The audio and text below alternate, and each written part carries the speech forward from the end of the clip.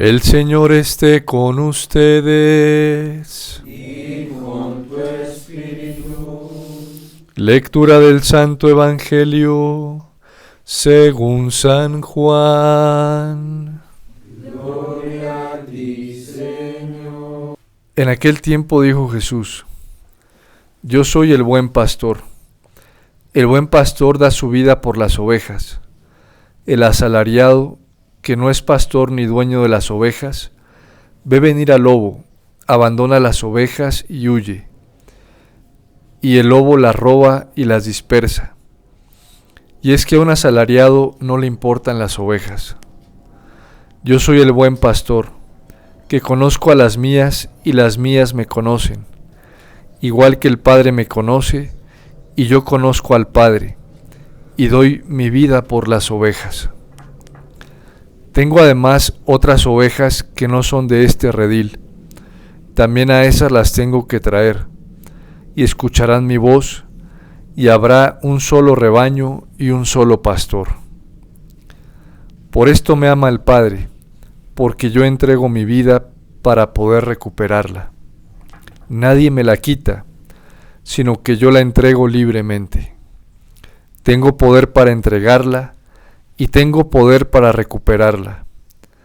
Este mandato he recibido de mi Padre.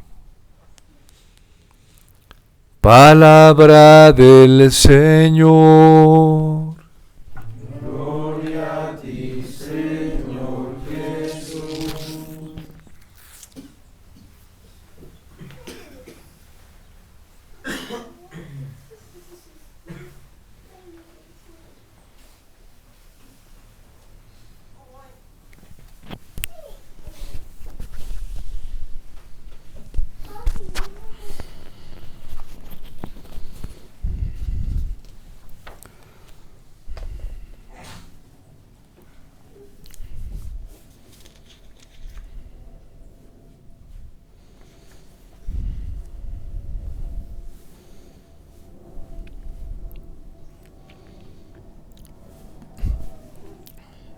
De ningún modo, Señor, pues nunca entró en mi boca cosa profana o impura. Este es el argumento con el cual se está resistiendo la humanidad de Pedro. Su egoísmo, claramente se ve aquí que este es un criterio de su egoísmo amparado en la misma ley, amparado en los mismos preceptos para ser fiel a Dios, amparado en los mismos criterios que tenían los circuncisos para ser fieles al Señor. Y así se asfixiaba el amor, así se asfixiaba la caridad, así se alimentaba la tentación, como dice San Pablo, que el pecado, valiéndose del precepto, me sedujo y me llevó a la esclavitud. Detrás de grandes caídas en el pecado grave, en el pecado mortal, en pecados capitales, siempre hay un pecado de soberbia. Siempre hay un pecado de amor excesivo a sí mismo. Siempre hay un pecado de vanidad y de orgullo. Porque quien se centra en sí mismo está apto para ser un esclavo del demonio y del mundo. La única posibilidad de liberarnos de nuestro propio egoísmo, de nuestra propia vanidad y de nuestro propio orgullo es dejar de pensar en nosotros y cómo vemos nosotros las cosas y cómo nos parecen a nosotros las cosas, para comenzar a mirar cómo las ve Dios, cómo las piensa Dios, cómo las quiere Dios. La única forma que tiene el ser humano y que tenemos hoy en la iglesia para ser verdaderamente libres es tener la mirada de Dios, es tener como prioridad el querer y la voluntad de Dios. Y por eso hoy el Señor se le manifiesta a Pedro, y después de que él tiene esta visión, le dice: levántate, Pedro, mata y come. Es Dios mismo quien le está mandando algo que está prohibido por la ley. Si ustedes se leen el libro del Levítico, creo que es Levítico o Números, bueno, uno de los dos, me perdonan la imprecisión, pero basta ir a mirar que es un libro de puras prescripciones. Y estos animales que San Pedro ve debajo de esta mantilla blanca, hay animales que la ley prohíbe comer, de los que prohíbe tocar, de los que prohíbe utilizar. ¿Qué pasó? Dios ya lo había advertido, el Señor lo advertía en el Evangelio cuando se le acercan algunos hombres a cuestionar a Jesús de por qué Él estaba teniendo ciertos criterios frente al trato con la mujer. Y dice el Señor, al principio no fue así. Moisés permitió dar acta de divorcio por la obstinación y dureza de sus corazones, pero al principio no fue así. No se puede repudiar a una mujer, y quien la repudie y se case con otra, comete adulterio. Habéis oído que se dijo, pero yo os digo. Por eso para San Pablo la libertad suprema está en la ley suprema que es Cristo el Señor. La ley suprema es la fe. ¿Y quién es más libre? Es más libre quien conoce verdaderamente al Señor, quien tiene un contacto profundo con el Señor. ¿Quién es más libre? Quien busca verdaderamente con un corazón recto y limpio, sin ningún interés, al Señor. Más que el interés de él mismo, quien busca al Señor como fin y no lo utiliza o lo manipula como medio. Todo el que manipula al Señor para buscar cosas personales, para buscar objetivos personales, para buscar fines personales, ese ya es un candidato para dejarse engañar por sí mismo y para dejarse engañar por el diablo. Por eso advierte el Catecismo de la Iglesia Católica en la 4ª parte que muchas veces nuestra oración y nuestras súplicas no son escuchadas inmediatamente porque nos estamos buscando a nosotros mismos. Porque utilizamos a Dios como un medio. Utilizamos su presencia en la Eucaristía como un medio para obtener fines personales. Porque utilizamos al Señor muchas veces en nuestra oración para obtener caprichos personales. Y qué duro es el encierro para un cristiano. Qué tremendo y qué mortandad hay en un corazón cuando se encierra en sí mismo y no es capaz de abrirse a la voluntad de Dios. No es capaz de abrirse a los sentimientos de Cristo que solamente buscan la gloria del Padre y la salvación de las almas. Hoy la Iglesia, y lo advertía el Papa Francisco en su primera exhortación Evangelii Gaudium, prefiere una Iglesia herida y manchada por salir a las calles que enferma por encerrarse en sí mismo. La peor situación neurótica del ser humano en el ámbito psíquico, esa enfermedad viene por el encierro en sí mismo, porque Dios da vida, y da vida en abundancia, y la vida en plenitud. Todo el que se encierra a buscar sus propios intereses y sus propios caprichos, termina enfermo. Y por eso lo advierte el Papa Francisco. Y dice, repito una frase en esa exhortación que la solía decir cuando estaba en Buenos Aires. Prefiero una iglesia herida y manchada por salir que enferma por encerrarse en sí mismo. Yo me acuerdo alguna vez al inicio de esta obra nos lo advertía un obispo a nosotros los hijos del Fiat y nos decía, cuidado con encerrarse en ustedes mismos, porque se estancan, se enferman, se mueren y dejan de dar vida. Y nos ponía el ejemplo en la historia de la Iglesia y de muchas comunidades religiosas. Nos decía, hay muchas comunidades en Europa que están muriendo porque comenzaron a encerrarse en sí mismas. O como dirá el Papa Francisco, porque comenzaron a ser autorreferenciales. Una comunidad religiosa, una comunidad laical, una comunidad eclesial que solamente esté buscando ser autorreferencial, que solamente esté buscando cuidar su propia imagen, su propia santidad, que solamente esté buscando vender una imagen de sí misma, es un grupo, una comunidad, un movimiento que tarde que temprano termina muriendo. Porque a Cristo nadie le ha quitado la vida. Él mismo la donó, Él mismo la expuso y Él mismo la entregó. Y ese mismo obispo nos decía una vez, es mejor entregar la vida que a uno vengan y se la quite. Porque quien la entrega, la da con gusto, la da con felicidad, la da con alegría por el reino de los cielos.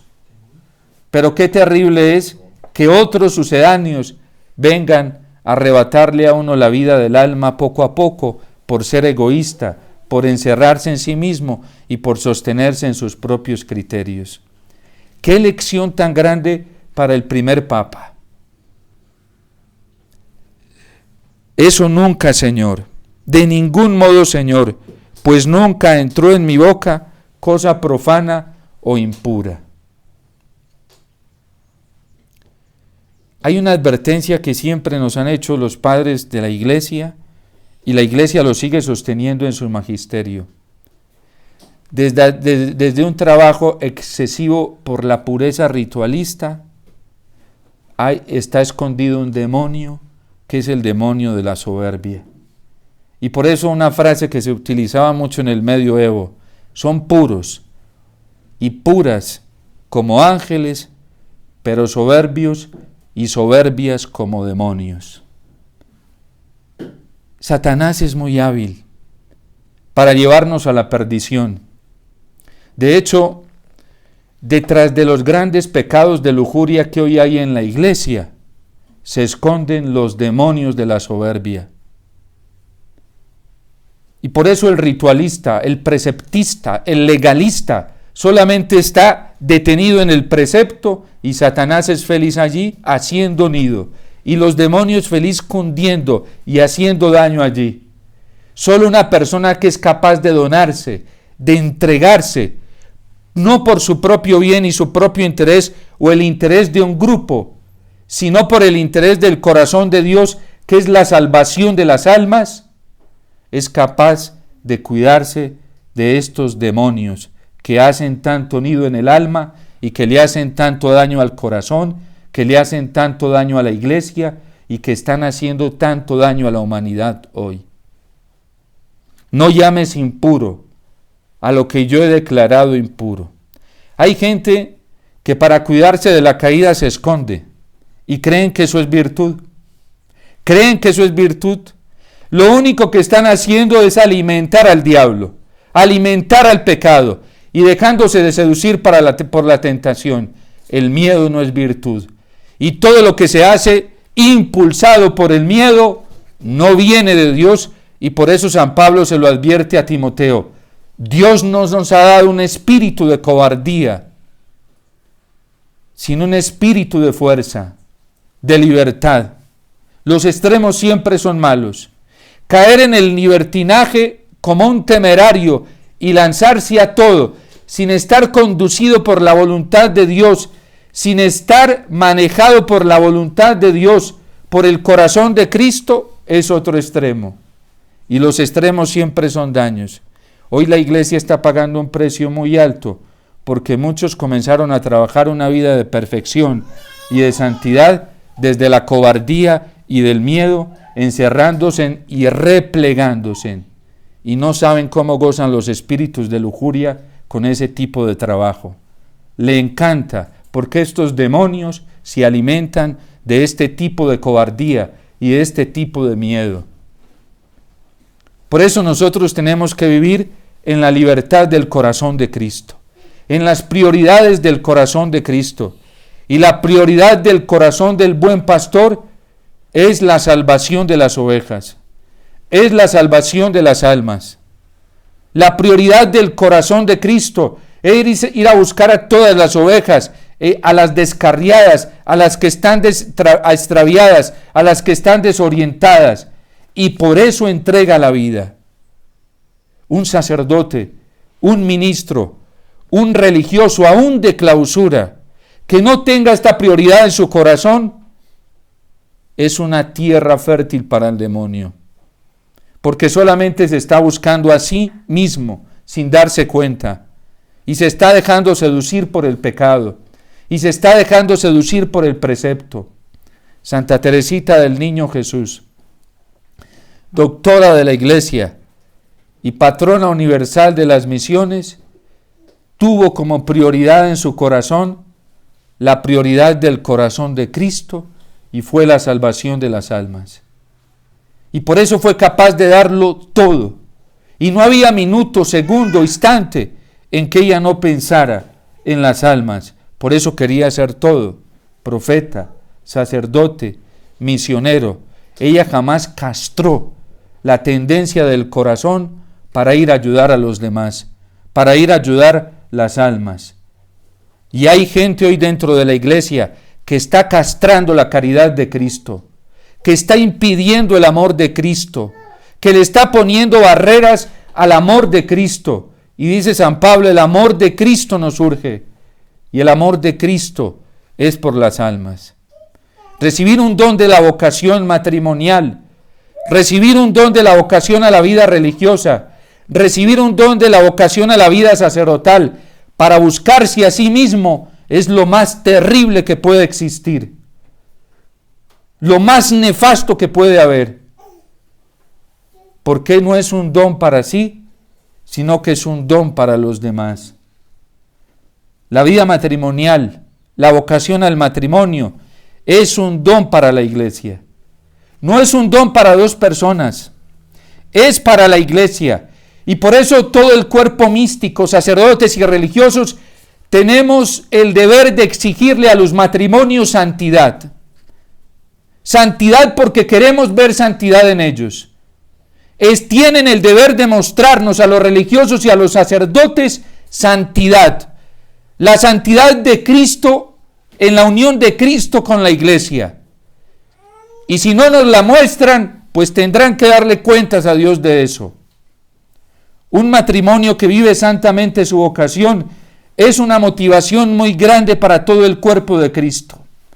Y esta es una forma de pastorear, de ejercer la vocación pastoril.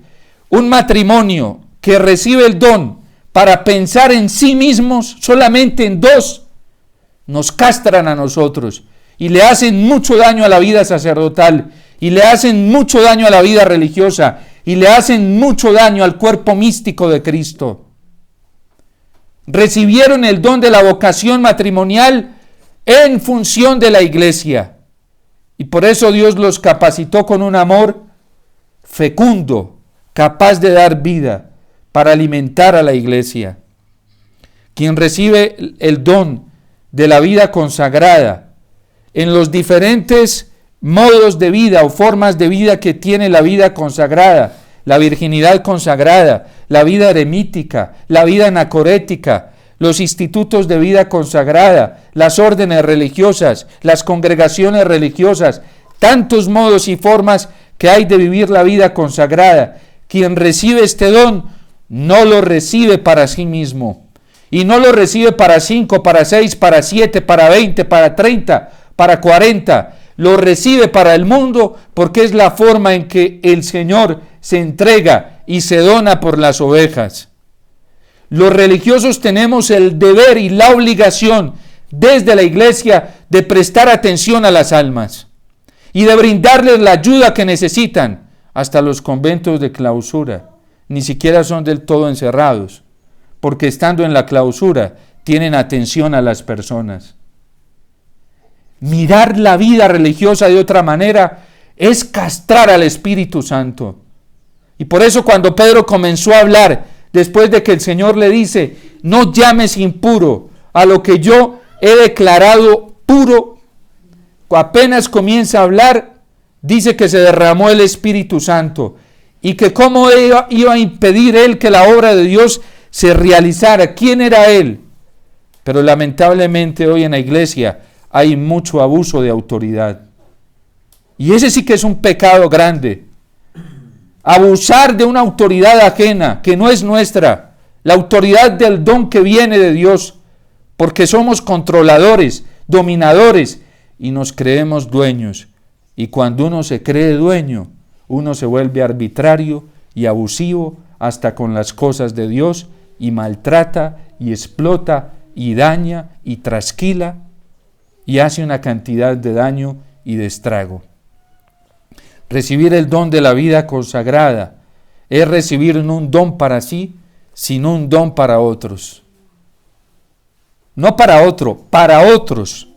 Porque el corazón de un religioso tiene que donarse universalmente por las almas. A Dios nadie lo encierra. Y si aquí un corazón se obstinó y se encerró, va y busca a otro que le diga así, pero Dios no se detiene. La parábola del banquete nos lo enseña. Cómo fue y llamó a unos y no quisieron. Llamó a otros y no. Y luego fue y se recogió a otros y los trajo al banquete. Pero gracias a Dios, el Espíritu Santo no se detiene ni se deja encasillar. El problema es de quien se encierra, porque ese se cierra la gracia del Señor. La vida religiosa es un don para los demás. Y por eso tenemos que orar tanto hoy por la iglesia y por los consagrados, porque hay comunidades que van muriendo poco a poco por encerrarse en sí mismas y se nota el estancamiento. La vida sacerdotal, el don precioso del corazón de Dios. ¿Para qué es el sacerdocio? ¿Para que lo vean a uno bonito? ¿Para que se resalte más la santidad del ministro que recibe este don? ¿Para que el sujeto sea protagonista y para que tenga ciertos beneficios a través del orden sacerdotal? No. El sacerdocio sí que es un don, y el más elevado de todos, de la caridad de Cristo por las almas. A mí me impactó, yo no tuve la oportunidad de conocerlo, pero he tenido la oportunidad de escuchar mucho de él, de un sacerdote anacoreta que vivió más de 37 años en Colombia como anacoreta. ¿Qué es un anacoreta? Un hombre que se va solo a las montañas a vivir solo para Dios. Se aleja del mundo, solo para Dios. Había sido religioso en una comunidad de tradición casi 50 años y un día sintió este llamado y se vino a las montañas de Colombia. Yo he tenido la oportunidad de ir a esas montañas. No es tan fácil el acceso allí. Está dentro de unas montañas esa casa, su eremitorio. Y es impactante lo que cuenta la gente. Iban multitudes y multitudes donde este hombre, que vivía una vida interior profunda, que vivía una comunión muy grande con el Señor, y hasta 3 días seguidos atendiendo gente sin decirle a nadie, no vengas aquí, sin cerrarle las puertas y es anacoreta, y murió como anacoreta. Y hoy la iglesia ha destacado su presencia en Colombia como un hombre de Dios, un hombre que trabajó por el reino de Dios. Eso es una virtud de vida interior. Eso es una vida de profunda de unión con el Señor. Porque quien encuentra a Cristo encuentra en el corazón de Cristo la urgencia, la necesidad de ir a las almas, de ayudar a las almas. Quien todavía no ha encontrado a Cristo, todavía tiene esa pobreza del espíritu para no darse cuenta cuál es la urgencia del corazón de Cristo, del corazón del Señor. Por eso nosotros tenemos que movernos en ese sentido, tanto sacerdotes, religiosos como laicos, en encontrar rápidamente cuál es la urgencia del corazón de Cristo y conozcamos a este pastor, no de teoría, no de diplomacia y de discurso, no de poemas, no, el buen pastor da la vida por sus ovejas y el buen pastor nos está llamando a nosotros a hacer lo mismo. Ya la iglesia y el mundo está cansado de tanto conocimiento intelectual, de tanta poesía, de tanta teoría, de tanto sentimentalismo, de tanta verborrea. en el buen sentido de la palabra. Testimonio, que se nos note verdaderamente que somos bautizados, que se nos note verdaderamente esa unción que recibimos en el bautismo como sacerdotes, reyes y profetas, porque no nos dieron ese don para nosotros mismos. Y las almas se comienzan a ganar desde el corazón de Cristo. Porque hoy hay mucho quien trabaje por las almas, pero no para el bien de las almas. Hay muchos que trabajan por las almas para explotar a las almas, porque les encanta la oveja, les encanta la lana que tienen las ovejas y todo lo que las ovejas le pueden dar, pero no les interesa la vida eterna de las ovejas. Una vez yo, hablando con nuestra fundadora, me miraba y me decía: ¿qué tienes, mijito? Y no quería compartirle algo, pero como ella lo mira a uno los ojos, y le dije: tengo un dolor en mi corazón, y no sé si es una tentación. Cuando le conté, me dijo: no es una tentación, mijito, eso es del Señor. Le dije: madre, ¿cómo es posible que muchos de nosotros, los consagrados, y los que nos decimos hombres y mujeres de Dios, cojamos a las almas para explotarlas? Si no es para ordeñarlas y beneficiarnos de ellas, es para rechazarlas. ¿Cómo es posible? ¿Cómo es posible que en la iglesia haya esas tendencias en relación hacia el prójimo?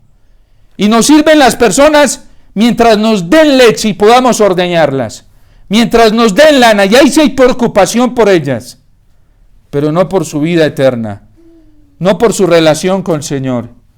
Y si no tienen lana que nos pueda beneficiar, y si no tienen leche que podamos ordeñarlas, las rechazamos y las excluimos y las vamos sacando. Y me dijo: mi hijito, eso no es una tentación, eso es del Señor. ¡Qué dolor! ¡Qué dolor que en la iglesia hayamos cristianos tan interesados, tan falaces, tan mediocres, tan hipócritas, y explotemos a las ovejas como las explotamos! Comunidades religiosas que hacen esto y le corren a una persona mientras tenga buen dinero, ¿sí? Mientras tenga buenos beneficios y recursos, al estilo politiquero, sacerdotes que son así, pastores que son así. Y el más necesitado, menos mal, el Señor no se fija en las apariencias, porque la verdadera pobreza que persigue el Señor es la del alma. Una vez llegó una persona aquí en un carro de alta gama. Yo ni sabía quién era, me pidió que la atendiera, todavía no era sacerdote. Para que vean cómo se fija el Señor, no se fija en las apariencias. Y me dijo, cuando comenzó a contarme su situación, yo dije: esta persona parece que tuviera todo y no tiene nada. Y me dijo en la conversación: hermano, yo lo único que tengo es un alma pobre.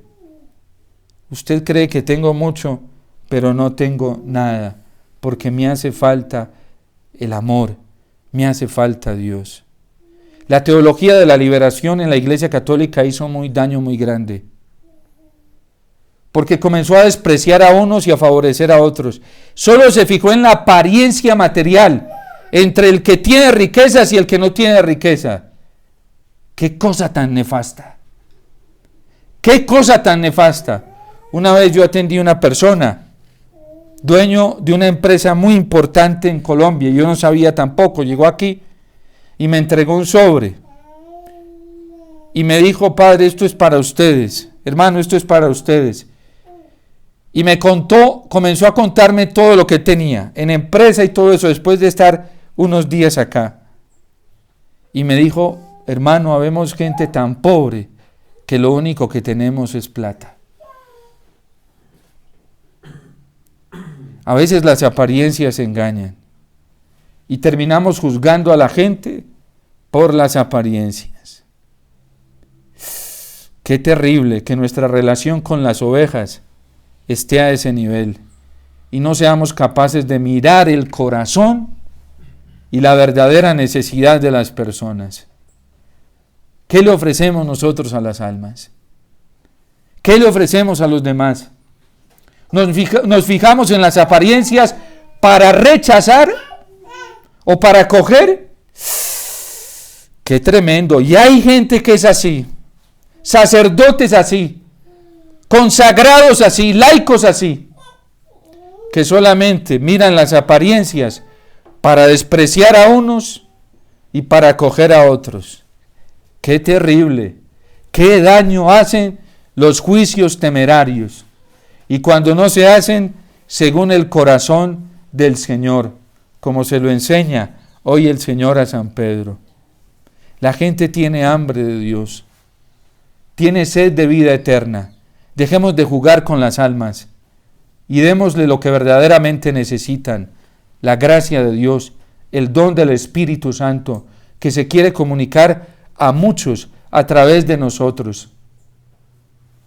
El Salmo nos lo presenta claramente cómo está la humanidad. Mi alma tiene sed de Dios, démosles a Dios. Y si uno no tiene a Dios, tampoco va a dar a Dios. Una persona con unos criterios tan mezquinos que se juzgan las apariencias, no tiene a Dios para darlo. No lo tiene. Y por eso hay gente a las que se le hace atención a actividades y actividades espirituales y nunca dan el paso a la conversión, porque no reciben a Dios. Quien recibe verdaderamente a Dios, da el salto hacia Dios, se deja atraer por Dios y busca a Dios. ¿Qué tipo de evangelización estamos dando hoy? ¿Qué tipo de ayuda espiritual le damos a las almas? Es hora de revisarnos, muchos nosotros dentro de la iglesia. Les estamos transmitiendo el amor por la vida eterna, el deseo por el cielo, por el juicio escatológico a las almas, o simplemente estamos preparando a la gente y evangelizándolas al estilo marxista y ayudándole a los comunistas para este mundo. Así hay muchos dentro de la iglesia. Esas ideologías asolapadas que han hecho nido en el corazón de más de un cristiano y de más de un bautizado. ¿Por qué en Colombia y en el mundo los cristianos nos estamos vendiendo tan fácilmente? Y vuelvo y repito aquí lo del mal menor. Eso solamente puede provenir de corazones mezquinos, que no tienen los sentimientos de Cristo, que no han llegado a los sentimientos de Cristo, que se preocupan por el bien verdadero de las almas, que es la vida de la gracia, la única vida que nos hace libres. Por eso cuidémonos. Ayer lo advertía también San Pedro en su primera predicación en los Hechos de los Apóstoles. Guardados de esta generación perversa. El Papa Francisco nos lo ha advertido mucho. Los últimos papas nos lo han advertido. La Iglesia nos lo ha advertido. Cuidémonos porque la corrupción ha logrado entrar en el corazón de muchos católicos, de muchos consagrados, de muchos sacerdotes, de obispos, de matrimonios católicos, de grupos católicos, de grupos eclesiales. Y hay que pedirle al Espíritu Santo que destierre eso del corazón. Dios te salve María, llena eres de gracia, el Señor es contigo, bendita tú eres entre todas las mujeres, y bendito es el fruto de tu vientre, Jesús. Santa María, Madre de Dios, ruega por nosotros los pecadores, ahora y en la hora de nuestra muerte. Amén.